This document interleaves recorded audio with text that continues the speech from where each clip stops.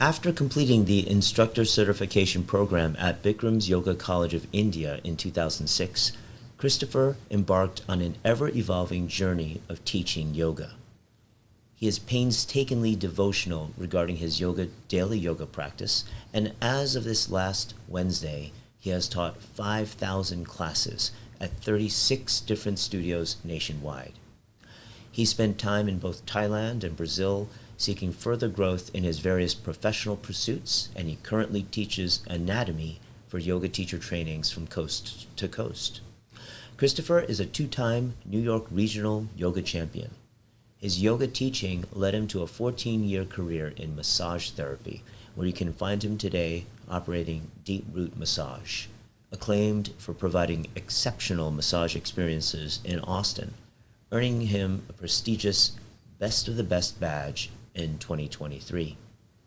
A graduate of New York City's Swedish Institute with dual licensure in both New York State and Texas, Christopher boasts extensive training and profound knowledge of human anatomy.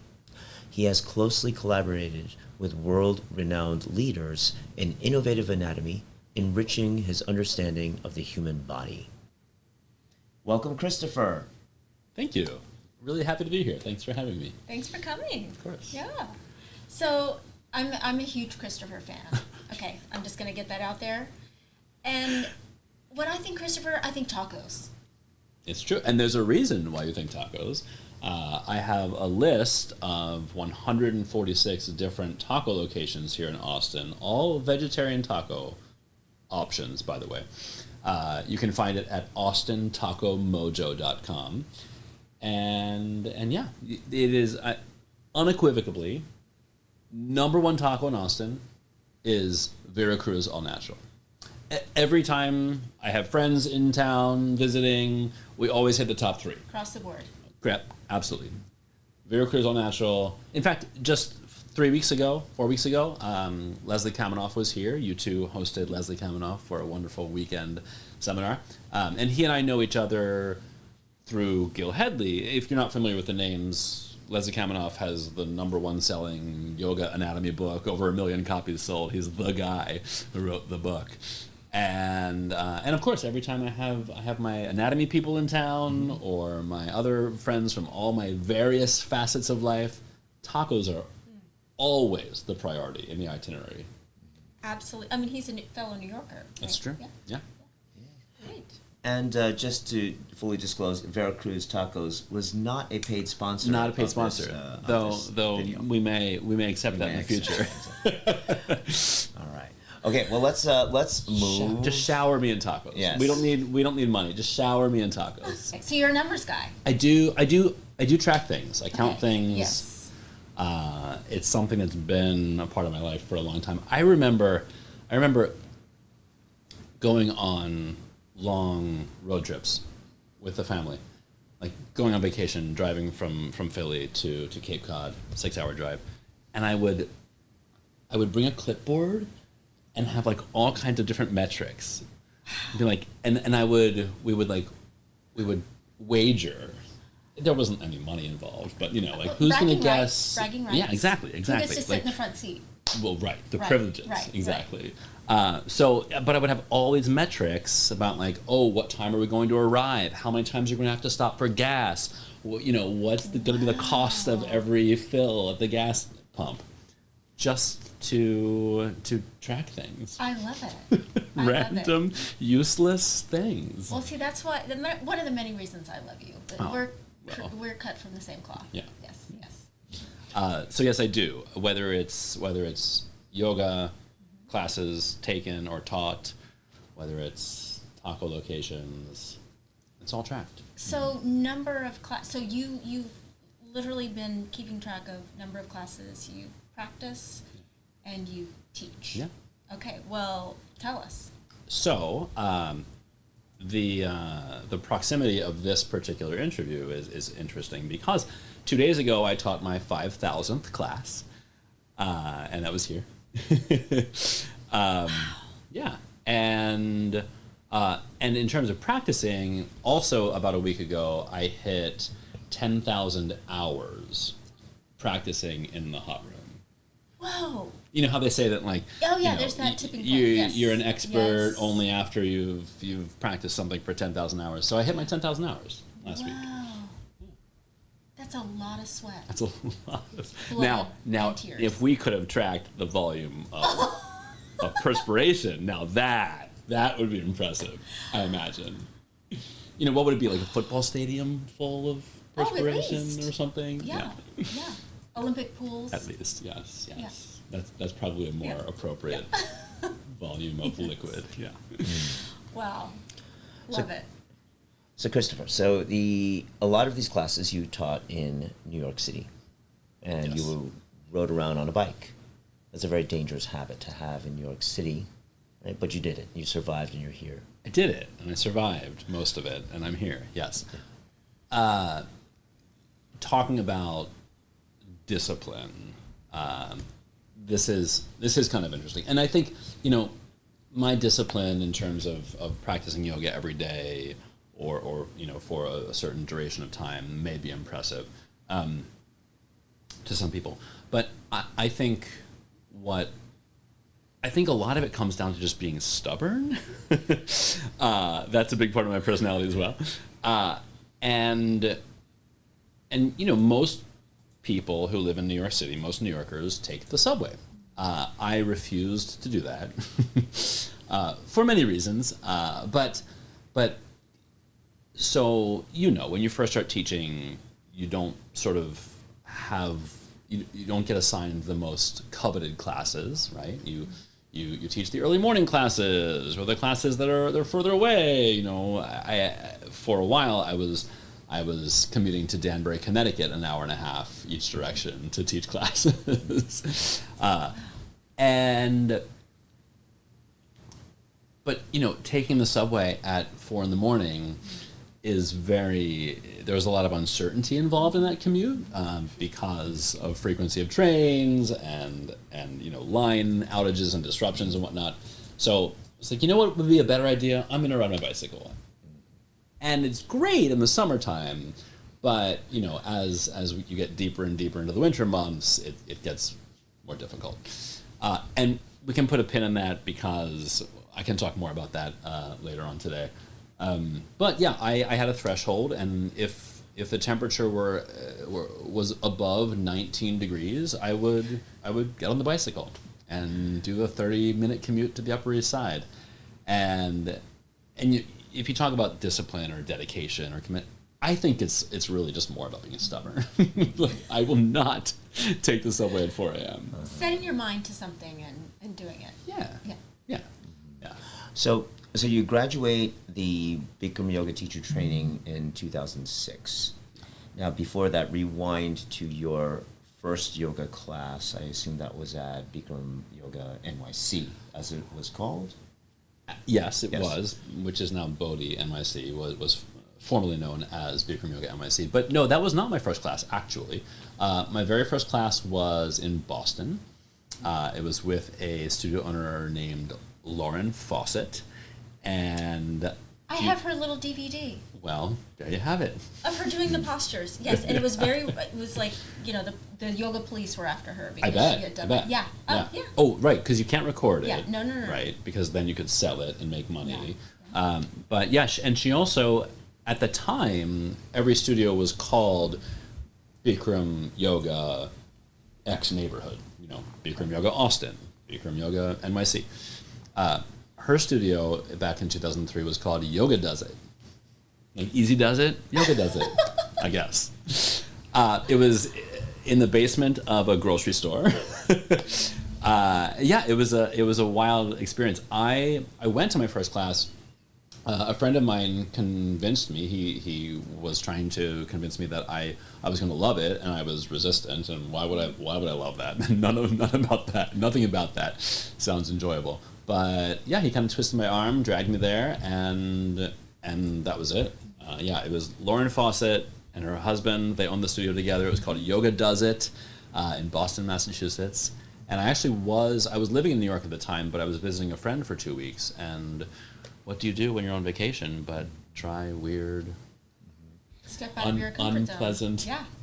And at that time, was that the original, like 105 plus, Yeah. humid, everything. Yeah, I mean, I think so. Yep. You know, that was 21 years ago. My perception of it, that it was very hot and very humid, you know, that's all subjective. Yeah, her husband and I were in the same training of 300 plus people. I didn't know that. And I Wow. remember him standing up and saying, "Hey, boss," to Bikram, "thank you so much for giving me my wife back after 9 weeks." Right. And she came back an absolute goddess.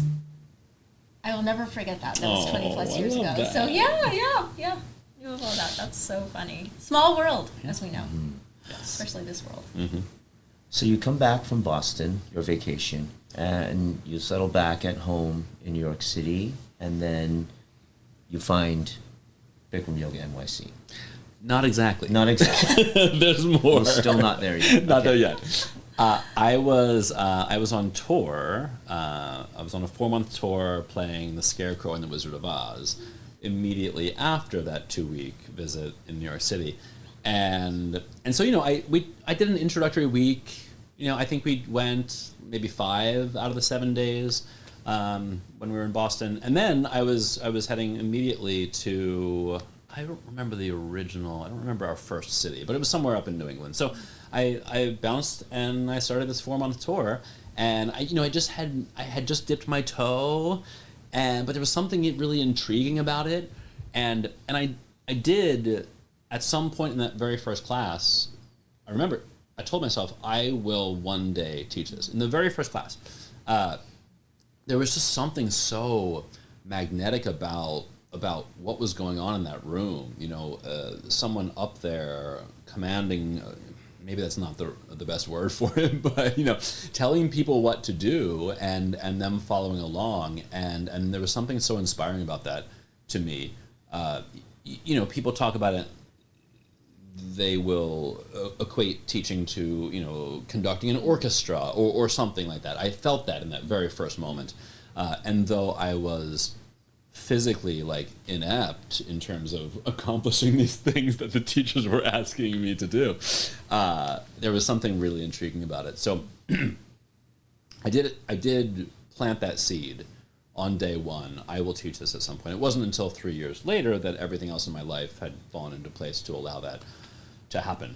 But yeah, I was in a van with 6 other actors, and we had a, they called it a per diem, but it was $10 per week for food, in addition to our measly salary. And so, you know, I didn't have a lot of dispensable income at the time on the road, but it was brilliant. I could take an intro week here, and then in the next city I could take an intro week there, and I could take an intro week there. And there was, at the time, it was like $15, $20 everywhere I went. So I actually practiced quite a bit of yoga on that journey, that 4-month journey. I mean, the rest of the actors they hated me because I had to like ask to borrow the van to drive to the yoga studio For 2.5 hours. Yeah, but Dorothy wanted to go to grocery shopping, and the Tin Man wanted to go, you know, to, I don't know, Target. So yeah, it was a lot. There was a lot of like push and pull, and like, I just need to borrow the van for 3.5 hours to go to yoga. And that was the beginning of my daily practice, where everyone in my life has to run circles around me to accommodate my yoga practice. Well, you're worth it. Oh, thank you, Marty. And yeah, so, you know, we talk about my discipline and my like the total number of classes I've either taught or taken, and I also do like long streaks where I have uninterrupted streaks of yoga without missing a day, consecutive days, and sometimes people are impressed by that, but really, I mean, I owe it to all the people in my life, including people like you who offer this, because obviously if you weren't around doing this work that you do, this incredible work that you do, then I obviously wouldn't be able to practice every day. So there we have it. Yeah, so, you know, we can talk about how impressive it might be on the surface, but really I owe it to so many other people in my life. So there's the difficulty, especially in the early days, of finding the studios and finding the place to practice. So when students today will say, wow, I couldn't make it to class, that there was too much traffic, Right, or the drive right. was too long, or I couldn't wake up in time, those are just excuses. They're just excuses. Yeah. We can also talk about all of the other things that I really consider to be more impressive than simply the uninterrupted streaks. In 2010, I completed 1,000 consecutive days. This past summer, I completed 2,000 consecutive days. It was 2,041 to be exact. And all of that is impressive, but what I think is even more impressive is like my structure. Like my dedication to my pre-class preparation. I think it's amazing that people can show up to class without, not eating for 4 hours and consuming 2 liters of water starting 3 hours before class. I have this very regimented preparation. And some people are just very casual about showing up and doing the thing. And I've done that on occasion, and it's torture for me. And yeah, so I'm actually more impressed with how other people don't do it. Well, I think, the way we do one thing is the way we do everything. And I see you and how you teach anatomy, and you are so prepared. I mean, you have the words down, the slides, everything. And I think you, from what I observe, you tend to do that in every aspect of your life. Dinner, you'll say, hey guys, let's go out for dinner. You already have everything picked out, reservations made 2 weeks in advance. The menu has been scrutinized. Yes, I know what I'm ordering. yes. Yeah, we're gonna split that, and you're gonna eat that, and I'm gonna have this. Well, it works well for you. Yeah. You do it well. Yeah.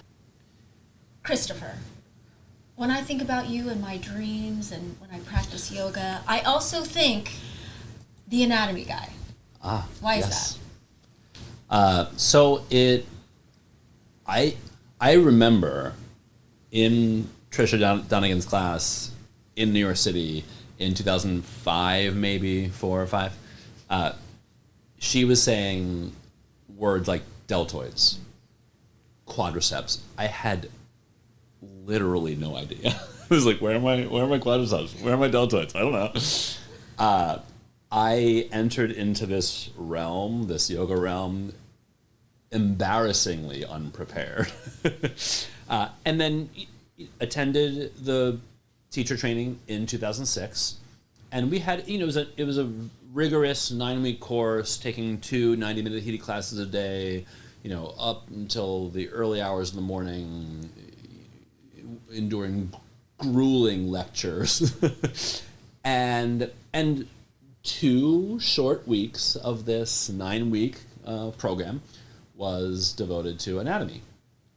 And it just really did not get me anywhere close to where I thought I should be, where I thought I needed to be in order to feel qualified to teach people, but also to heal people. I mean, isn't that what we're doing? This is the therapeutic yoga.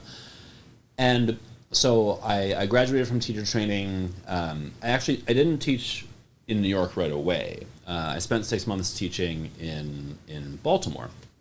My oldest brother lives in Baltimore, and at the time it was a really cutthroat industry to try to get yourself classes to teach, right? In New York City, teachers are a dime a dozen, and they're all incredible, like former actors or dancers. They're performers. Yes, they are interesting humans, and so you are interested in what they have to say, and so I spent 6 months teaching in Baltimore to kind of get my feet wet in a less competitive market, if you will. So I spent 6 months teaching in Baltimore, Maryland, got my feet wet, came back to New York, and I had some experience under my belt. I wasn't the new guy who literally just graduated from teacher training, so I feel like I was more prepared to earn these classes early on. And And so I started teaching, and I really did feel kind of palpable inadequacy in terms of trying to help people. And it was particularly when people would ask questions. You know, it's no secret that traditionally this style of yoga is taught by memorizing a script. And I have a very interesting relationship with that script because for so long I was sort of embarrassed by it. Like, you know, if the people in the room know that the only reason, you know, the only way I'm teaching this is through someone else's words, how is he qualified to teach me? I kind of disliked that teaching method, that training method initially. I gained an appreciation for it a handful of years later, but it was a slow burn for sure. Outside of regurgitating someone else's words, it seemed like there was not necessarily any credibility underneath that necessarily across the board. And so I was actively seeking some further anatomy training. And, you know, one of my, I forget this sometimes when I'm telling my story, but one of my most prominent mentors in the yoga community, Jason Wynn, and he was a massage therapist. I attended a weekend seminar with Jason Wynn at the Union Square studio in New York City, and he was so inspirational. And so like detailed in the way he taught, the way he was able to get these concepts across to a room full of people. And I said in that moment, I want to be like that guy. Like, how do I become like that guy? I know, we like him too. We all did. And then in that moment, it all seemed so clear. It was attend the teacher training, go to massage school, absorb all of that content and material in the massage curriculum, and then go and continue on from there. I didn't know at the time that I would then meet Gil Headley and start doing human cadaver dissection, and then, you know, years later meet Leslie Kaminoff and then start working closely with him. So I've worked closely with I call them both my anatomy mentors. So the path kind of went from very basic teacher training, 9 weeks. What can you learn in 9 weeks? How can you become a teacher in such a short period of time? And then 3 years of massage school, and then a solid 7 years of working very closely with Gil Headley, and then about 4 years ago, Leslie Kaminoff hired me to assist him in one of his cadaver dissections. So it's just been this sort of course, this windy road of all sorts of discoveries. And in addition to that, you have been providing a lot of the anatomy and physiology coursework for many teacher trainings that are all over the country, right? So tell us how you got involved in that. What was the need that you identified, and how did you fill it? Yeah, early on, studio owners recognized that I was teaching classes sort of differently. There was other information that I was infusing into my teaching, and a studio owner probably in 2009 or 10 asked me to teach sort of a refresher course in anatomy for their staff, their existing teachers.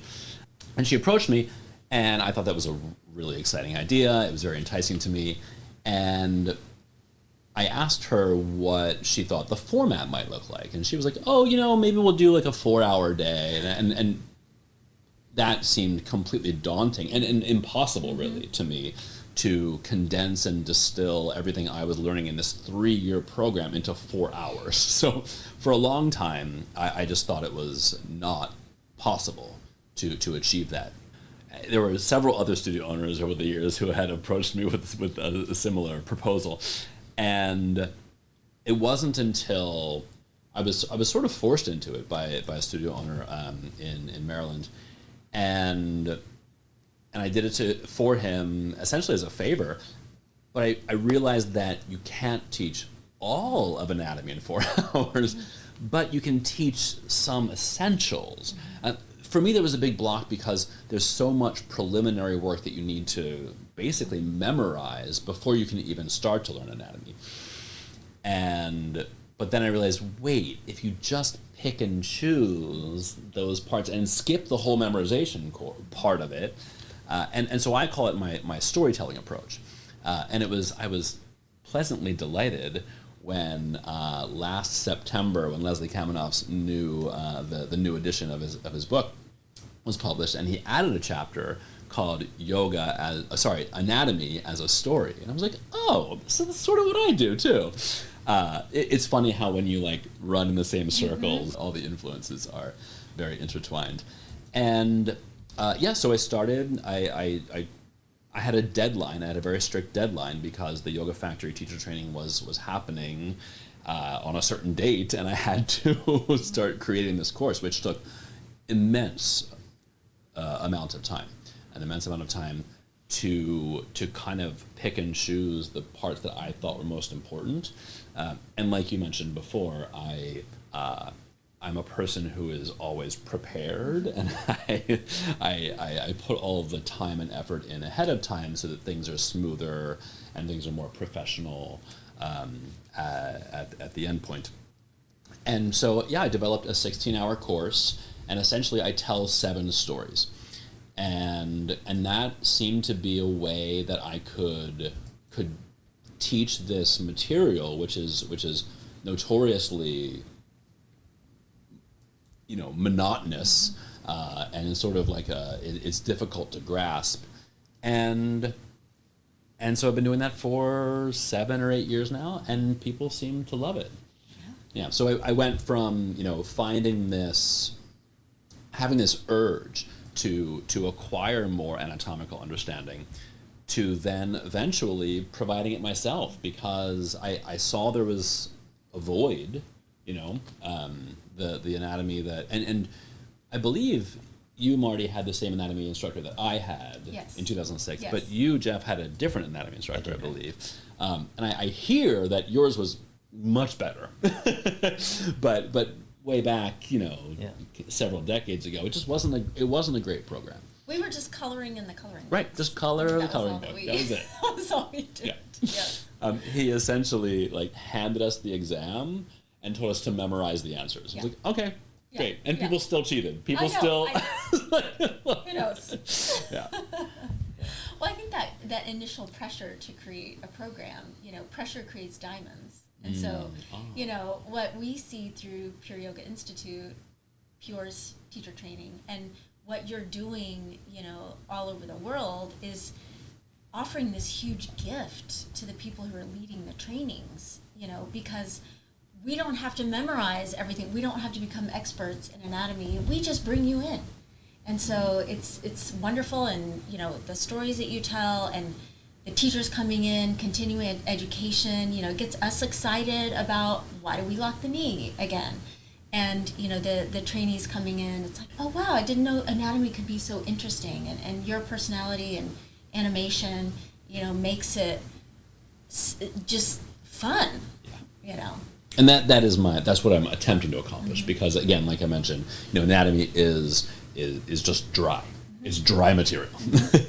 But if you can kind of pick and choose a couple of really fascinating things, and then apply it to the 26 postures, that hopefully my aspiration is that people do. That's just a launching point for them to incorporate that into their teaching, and to be really just to understand it, and to see what's happening with the biomechanics of the bodies and the yoga postures, and kind of merge them all together. Yeah, I think the practical knowledge that you share with other people makes them confident teachers. Yeah. If you don't have that, and someone has questions, like you said, about an injury or what have you, it's very difficult, and you lose credibility. So thank you. Yeah, of course. And credibility is a word that I use a lot when I'm in my teaching, because I'm just like, that's what I don't want someone in the yoga room to hear something incorrect Right. anatomically and Right. then just think, oh, well, who is this person up there? Why would I listen to anything else they say, since they Right. obviously don't know that, X, Y, and Z Correct. about anatomy. There's a quote that I really like. Yoga has been practiced beautifully for centuries without necessarily knowing much about the psoas, for example. Yet the practice of yoga can and does free many a stuck pelvis when used appropriately through the sensory refinement of the individual practicing it and the guidance of their teacher. The subtext of that to me is that you can be a brilliant yoga teacher without knowing anything about anatomy. But if you have that background, there's so much more potential there. As an example, I went to theater school. I went to Emerson College in Boston, and I always say that if I had been born 15 years sooner, Jennifer Coolidge and I would have been best friends. Because we were in the same class. Wow. We would have absolutely been Oh best my goodness. friends. Oh, for sure. But, timing. So in college, I remember I was in my musicianship theory class, and I had a lot more musicianship background than a lot of other people in the class. There were immensely talented people in that room who didn't know a thing about music theory. But they had the innate talent, and a couple of them have gone on to play Alexander Hamilton in Hamilton for years, and the people who made it, really got those Broadway contracts and kind of achieved that ultimate goal. Some of them had very little comprehension of the nuts and bolts that may, stereotypically may seem to be a requirement, but they're not. You can have a brilliant yoga teacher who doesn't know much about anatomy, but you put those together and there's undoubtedly you will have a stronger teacher. And so is it essential to have a strong anatomical background to be a good yoga teacher? Of course not. But will it help? I mean, I think the answer is clear. Absolutely. Like we discussed before, it's not essential. It's not a requirement for to be a great yoga teacher, but it's so helpful. Just having a foundation from which you can speak and get across these concepts is going to make the teacher much, much stronger. More credible, perhaps. Again, coming back to that word, credibility. Okay. What do you think then are maybe one or two really important things, must-haves, that a teacher should have as knowledge? I think it's really incredible to have an understanding about the connectivity of the body. And everyone's talking about fascia now, which is fantastic. But to be able to understand, this gentleman named Tom Myers in the late 90s, he was the first one to, instead of separating all the individual parts in the body, and we can relate this specifically to the musculoskeletal system, he put them back together. Or essentially, he didn't cut them apart. But in every textbook, you're going to look at one muscle, and then you're going to try to comprehend its function. And he was saying, no, this is a problem. We need to look at the functionality of that muscle in concert with all of its adjacent muscles. And so, for example, in standing head to knee pose, one of the instructions is toes back toward your feet, and then Flex your foot. Kick the heels out. All five toes turn in. Is the that ankle toward your okay? face. Thank you. Beyond All five toes turning in. perpendicular. Yes, thank you. Beyond perpendicular. What is that? Why is that important? Because it may seem fairly inconsequential, but if you understand that the connective tissue that is the plantar fascia on the sole of the foot then becomes the Achilles tendon, then becomes the calf muscles up through the hamstring muscles, then we've got, it's going to merge in and become the multifidi. goes up the paraspinal muscles, becomes the glia aponeurotica, and literally attaches here at the supraorbital ridge. And so if you're just doing this and your chin is up and your foot is forward and your foot's kind of floppy, you're not getting that stretch. If you're fointing. You're fointing, exactly. If you dorsiflex the ankle, you're gonna tighten up that whole band again. Then we all tuck the chin to the chest, touch the forehead and the knee. Now that long line of connective tissue is at its absolute furthest stretch point. So understanding things like that and then being able to see that, you can, when you have that foundation, you can try to pinpoint where on the body one particular subject is limited. And then you can address that there on the spot.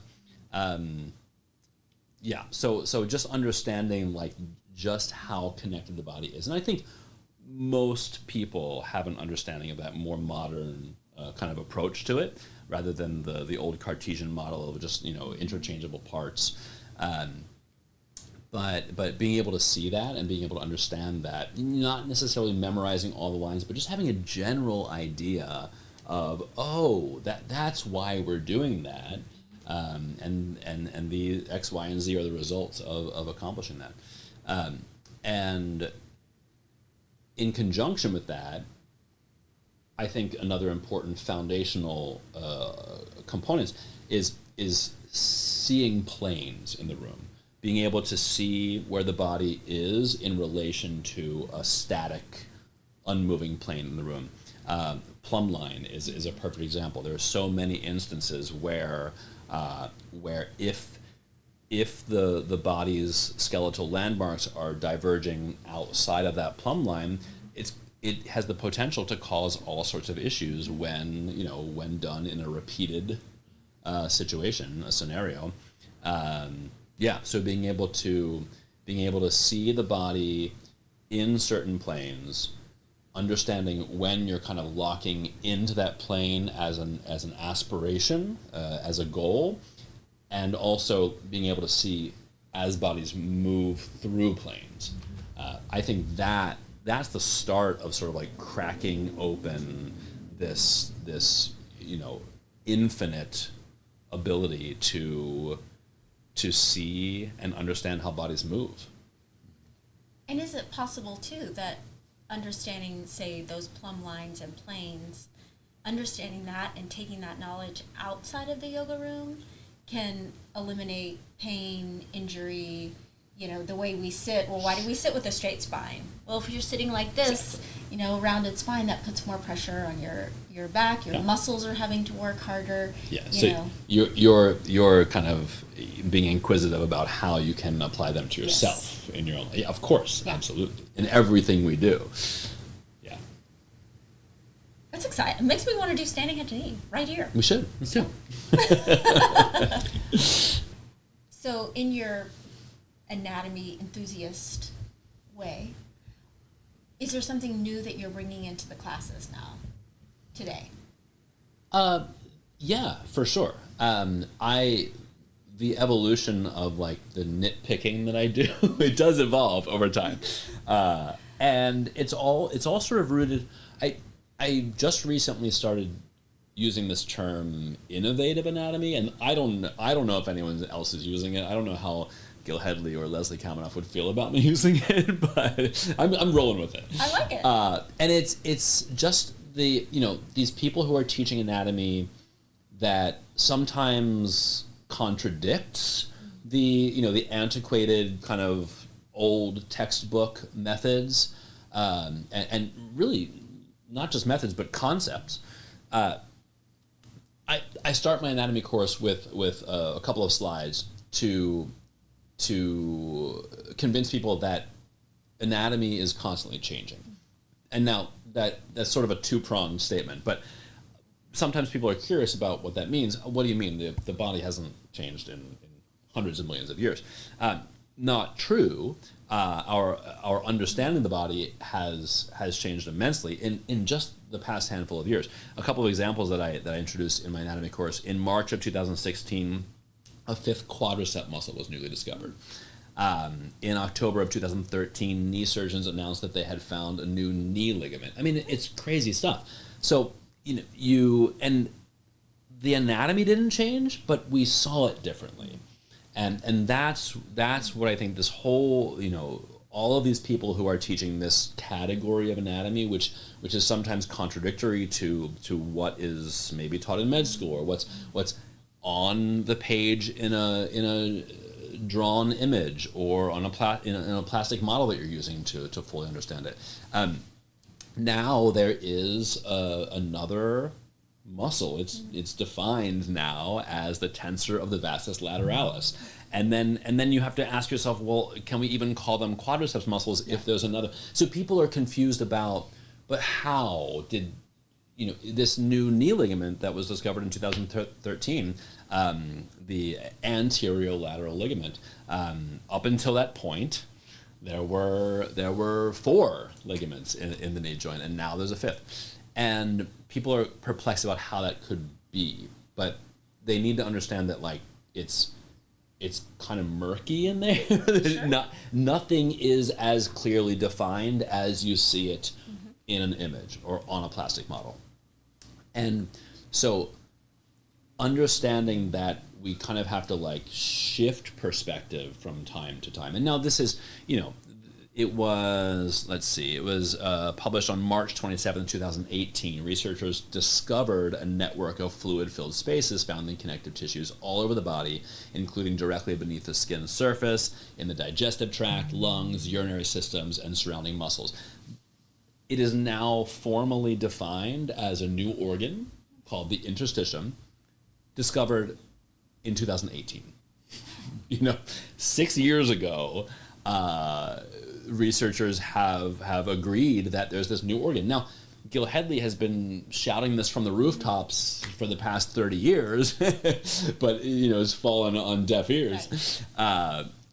But this is why I think innovative anatomy is an interesting term to use, because it's not the anatomy itself hasn't necessarily changed, but we're just understanding so much more about it, even down to the basic roots of the structure, essentially. Well, I heard the other day that the appendix, formerly thought of as just kind of a throwaway little part of your body, actually stores the good bacteria of the human microbiome. Okay. So, and that's a recent discovery. Yeah. And so, as science improves, things are new stars discovered. Right. The microbiome itself hadn't been mentioned until 10 years, 15 years ago? Sure. And now we have this greater appreciation for, bacteria, which up until a certain point was a bad word, right? No, kill the bacteria, kill all of it. And now we're appreciating the value in that. It's exciting. Isn't it? I love it. Absolutely. Yeah. You speak about plays and your time as an actor. Yes. What show would you recommend if somebody goes to New York City? Well, I did recommend the show to you that you did not like very much. So take these recommendations with a grain of salt. I moved here 6 years ago, so I'm not as much. I don't have my finger on the pulse anymore. I remember back in 2000, it must have been 19. You had a trip to New York, and you asked, and I recommended Hadestown, which has been on Broadway for a handful of years. Jeff didn't like it much, but I think it's a brilliant show. Well, the playbill is still on our desk. Oh, great. You still have the memories. Did Jeff go to Hadestown? I've never even heard about that. So, that's all right. That was my recommendation. But it is a beautiful show. It was good. That's one of my, it's one of those impossible questions. What's your favorite Broadway musical? There's no way I can answer that question. I can answer the #1 taco spot in Austin, but not my favorite musical, unfortunately. But that may be a decent segue to talk about how and when I moved here to Austin. So moved here 6 years ago, and I mentioned earlier that because I'm so stubborn, I would ride my bicycle 40 minutes at 4 a.m. in 19-degree weather. When I would get off the bicycle, I couldn't lock the bike because I was like so shaky, and my hands like couldn't. They were so stiff. Yeah. But I have, we talked earlier about my discipline. I think, again, there are several layers to that. I would show up at yoga studios for, it was roughly 4 days a week I was opening studios. And I insisted that all the laundry was completed before the first person showed up to take their class. And, you guys know what it's like, the burden of laundry as yoga studio owners. But in New York City, it's what, 4 times that, 5 times that? Because nobody has the trunk of a car to throw their laundry in, so everybody gets 2 towels. Yeah. And so I would show up at the Lower East Side studio, for instance, on Thursday mornings, and I would get there a little bit before 4 a.m. By the time I left at 10 a.m., I would have taught a class, taught the 6:45 a.m. class, signed in the 10 a.m. class, and folded about 200 towels. I have before and after photos like as evidence of this. But there was something about showing up at the studio at 6 a.m. to take your class and walking in and seeing quite literally a mountain, not a mountain, not literally, but a pile of steaming towels from the night before. And I thought it was disgusting. Yeah. So I did whatever was necessary for me to make sure that first person arriving had a good, pleasant experience. Well, it reminds me of having a massage with you. I show up. I know he's been working for an hour. The incense is burning. The towels are warm. Everything's, you have the hot tea. It's like, you teaching a class in the morning at that studio was like having people in your home. Yeah. And everything was in the right place at the right time. And you were prepared mentally to teach the best class. It's the details, right? Absolutely. The details. Absolutely. So I put myself through the grueling bike rides in the wintertime. And I do think I damaged my body in doing so. And so it was around 2012, I was diagnosed with Raynaud's syndrome, which my rheumatologist at the time said, you stop practicing this yoga or you move to a warmer climate. The reason that the yoga was problematic for the Raynaud's syndrome is because stark contrasts in temperature, transitions with stark contrast, exacerbates it. So, I would be in the 110 degree room in the wintertime, walk outside at the 19 degrees, ride my bicycle 30 minutes. So the reason I moved to Austin, there are several reasons, but in order of priority list was a warmer climate, a great food scene. And I didn't even know that I had an obsession with tacos. It was sort of a dormant obsession with tacos waiting to be unleashed. And the third was you two. And because, we had met, I was trying to pinpoint when exactly we met. I think it must have been between 2012 and 2014. And I remember being Yoga championships? Yeah, I think maybe. See, I remember being formally introduced to you by Jeannie Heaton. Yes. At the Grand Central Studio, but at the time I remember also we also knew each other. I mean, I definitely knew of you guys, and yeah. So you had probably seen me on stage at one point. You did the rap. You rapped at the New York championships. I remember because that. Gloria wanted a distraction, and I lip synced. Yeah, perfect. Hamilton, absolutely. But that's what drew me to Austin. It was primarily a warmer climate, so my toes wouldn't fall off. My rheumatologist literally told me that auto amputation was a possibility if I did not change something. And maybe this is another example of my dedication. The other option was to stop practicing the yoga, but the yoga serves me in so many ways that I was not willing to do that. So I detangled myself from that city of 17 years living in Manhattan. I left behind 300 massage clients, and I packed up my stuff and moved to Austin. And it was an incredible move. I don't regret that for a moment. In fact, it took me 4 years from the point when I decided I could leave New York to the day I moved, and then it was 2 or 3 weeks after arriving here. I was asking myself what took me so long. It was the right fit from the very beginning. So, Yeah, and I mean, I can't imagine Pure without you. Oh, Honestly, in every way. In every way. It's very sweet of you. Thank you, Mark. So you led the charge of all these New Yorkers moving to Austin. I guess so, right? Yes. The influx. I wasn't at the start of the influx, but I was a part of it. So I'm to blame now? Is that what you're saying? No, you're to thank. Oh, okay. Yes, Good. you're the one to thank. Perfect.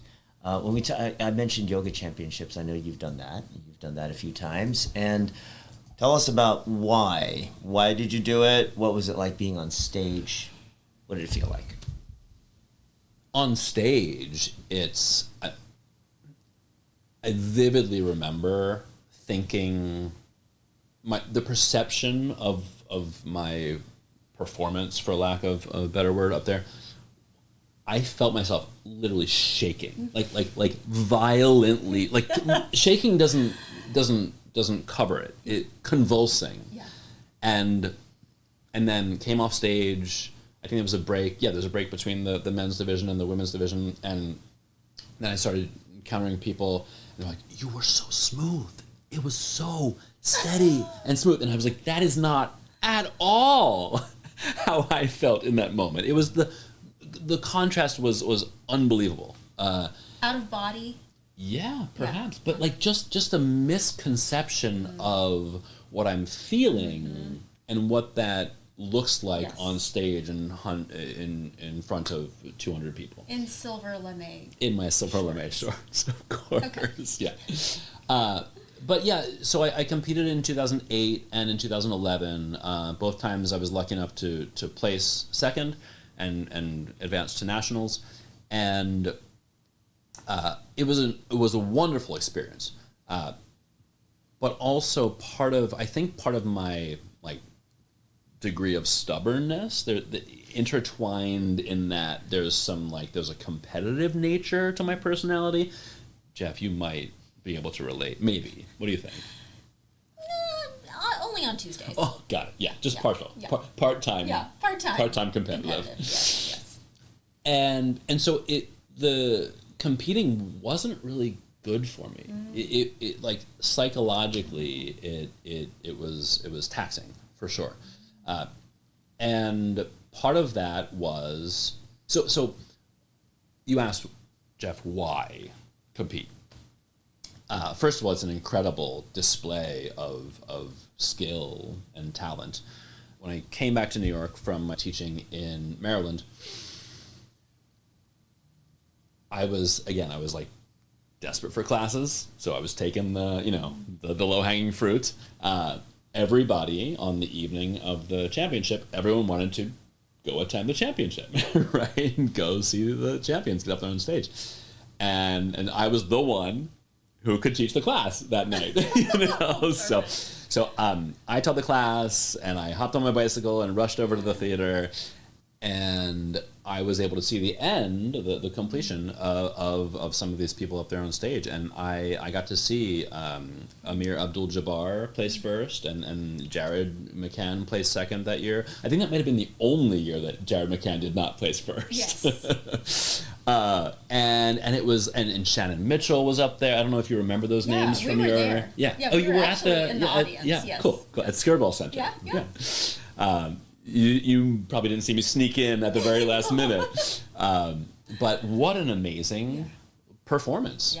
Yeah. And so, there's this mentality that everyone sort of adopts right after the event.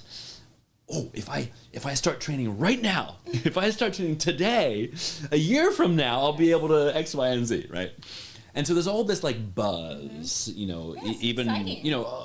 Surely leading up to the event, but then also there's some residual buzz following the event, and I was practicing, and one of my mentors, one of my yoga mentors, Johnny Salvatore, said at one point in the middle of class, he said, "Oh, have you ever considered competing?"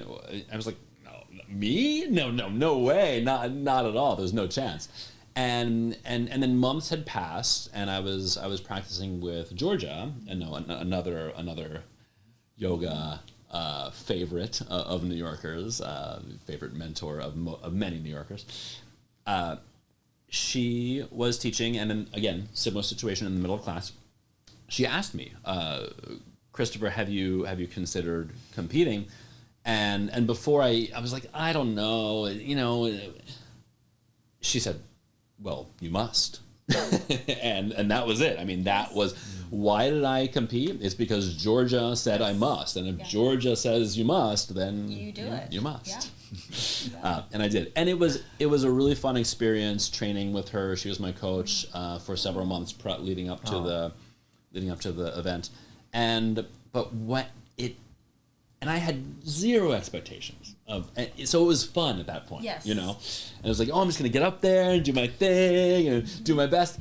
And then we were sitting on the bench, Georgia and I. It was a couple days before, and she was kind of running through all the people in the men's division that were gonna compete. And then she looked at me and said, "You're gonna win." And that everything went downhill after that. Because then I started losing sleep, and then the pressure was there, and then before that I had no expectations, and it was great. Yeah. And after that, it was like, whoa. And then, so, afterward, great results and all that. It was wonderful. People were insisting that I compete again. I had a great excuse because I was in massage school. I had to leave. I had to miss a couple classes to fly to LA for the national event, and it was too disruptive in my coursework.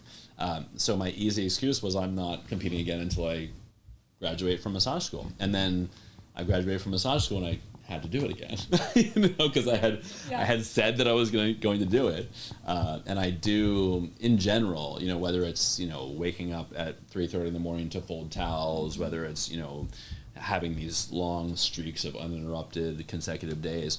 A lot of the way I live my life, a lot of it is due to the fact that I do want to embrace, that Don Miguel Ruiz concept of being impeccable with your word. And if I say something, I'm going to do it. Go back to, restaurant reservations that you mentioned earlier. If I make plans, and it doesn't matter what hoops I need to jump through, it's going to happen. So that was my championship experience. And I did hang up those silver lame shorts in the closet. They're done. They have never been worn since then. Because it was a wonderful experience in so many ways, but also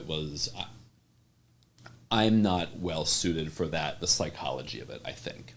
And that maybe, one could argue that's why I should be doing it, but also the easier solution is just avoid it.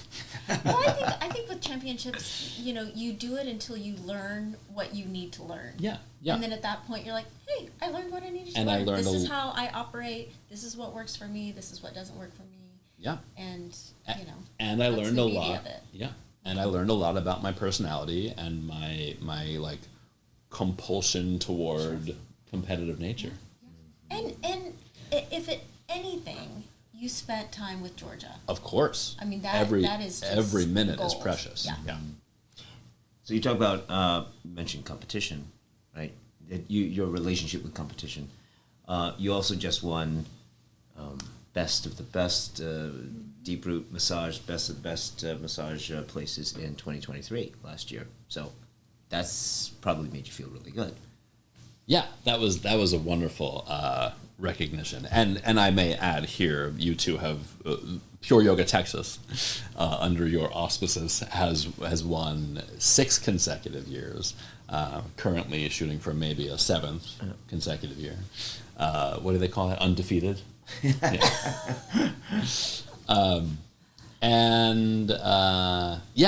That was really fantastic. Moving here to Austin, I wasn't. So when I came from my first sort of exploratory trip, oh, is this a place where I can live? Can I really leave?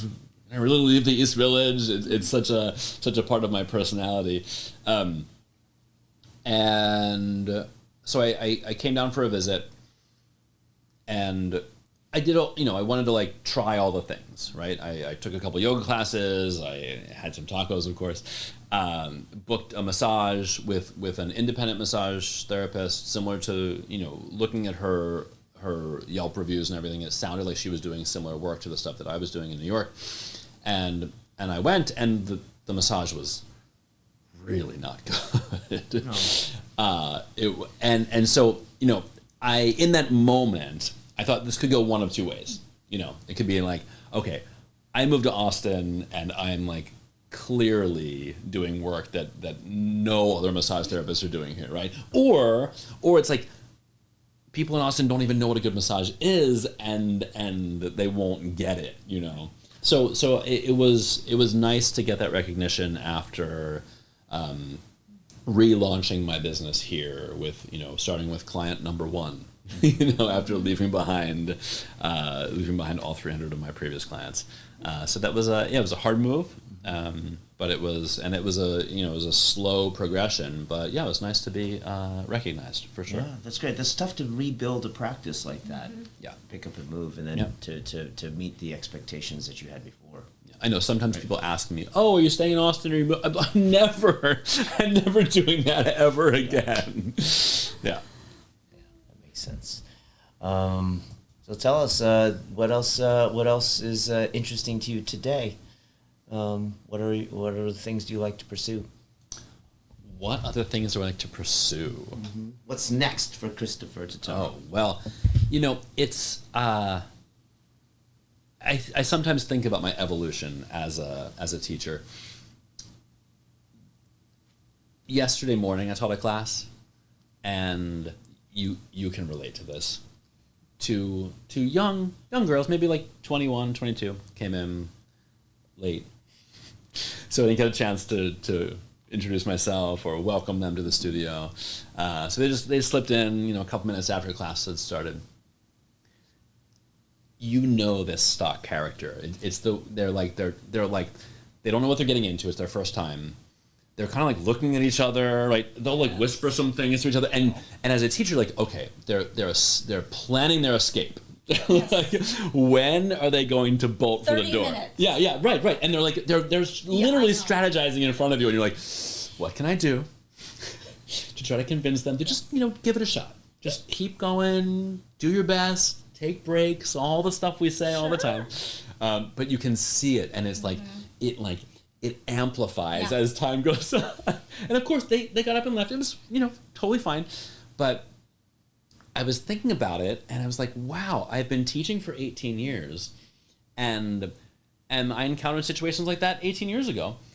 And I feel like I'm the same person. Obviously I'm not 2 decades later. But, like, I perceive that stock character, if you will, similarly, and I feel like the same person, but of course I've evolved. I've come a long way in almost 2 decades, as every teacher must, right? So in a way, we are all teaching the same postures in the same sequence under the same conditions.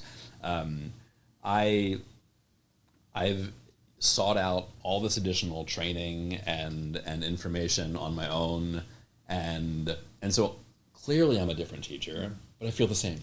Yeah. Do you feel similarly? Do you feel like, oh my gosh, we've come so far, we've opened this many studios and we've incorporated this many new programs, but when you're standing there, are you like, oh, I'm the same lady I was 20 years ago? Yes? No? No, not for me. Really. Okay, good. I think I've changed quite a bit. I think hitting 10 years of teaching and then hitting 20 years of teaching, and, I don't know. I feel like trying to get them to do something, to get them to stay, that was my old way. Yeah. I think, and now I'm like, I'll just give them a call after class. I'll just shoot them a text. How's it going, ladies? Just wanted to check in, and but I know what you mean. I mean, I think I've definitely felt that way before, and now I think it's, you know, maybe their joy is going and having a cocktail now. Sure. Maybe they're going to find more joy in doing that than staying in this class. Right. No, I get it. You know, yeah, or having brunch. Yeah. You know, that's all right. And there were this week, there was a young man in class. He might have been 16 or 17, and I. At some point, I was thinking to myself, like, wow, like 5,000 classes. I've been teaching for longer than this kid has probably been alive, you know. Yes. And so, doing anything for that length of time. I mean, you two just celebrated your 20 years of owning studios in Austin, which is an incredible accomplishment. Thank you for doing all that work, because it's really kind of astonishing. Well, you know, I sometimes think, what else would I want to do? There's nothing else that I would want to do, you know, other than what we're doing right now. And teaching, what I've learned for myself, and I think Jeff too, is we love teaching teachers also. Like, how do we continue this practice? Yeah. You know, because those 20-year-olds come in and they're like, I've never heard of this. Yeah. Hot. It's so hot in here. You know, so it's almost like seeing your children celebrate Christmas for the first time. Like it's sort of this, like, you're living vicariously through them and remembering what it felt like to be like that and taking your class for the first time. Yeah. So I guess I don't know if I have an answer for you for what's next. I'm going to continue doing what I'm doing. All right. For sure. Okay. Well, great. That was a wonderful conversation that we've had. Thank you, Christopher, on behalf of Marty and I and Pure Yoga Texas and Pure Yoga Talks. So where can we find you? You teach usually a couple of classes at our downtown studio during the week, and you can find your massage practice at Deep Root. It's deeprootmassage.com. We've got, I teach about twice a week these days. Massaging, filling in all the extra time there. Deeprootmassage.com. AustinTacoMojo.com also for the taco recommendations. I feel like I'm similar to you two. I wear a lot of hats, constantly doing other things. I'm currently trying to incorporate some new technology into my anatomy course to try to make it more interactive. And to try to make it more kind of suitable for a wider range of learning styles. So that's the current project I'm working on. Okay. And you know how it is to like start experimenting with a new platform and just being completely green and not knowing how anything works and starting from scratch. So that's my current endeavor. Well, and also you're on YouTube. Am I correct?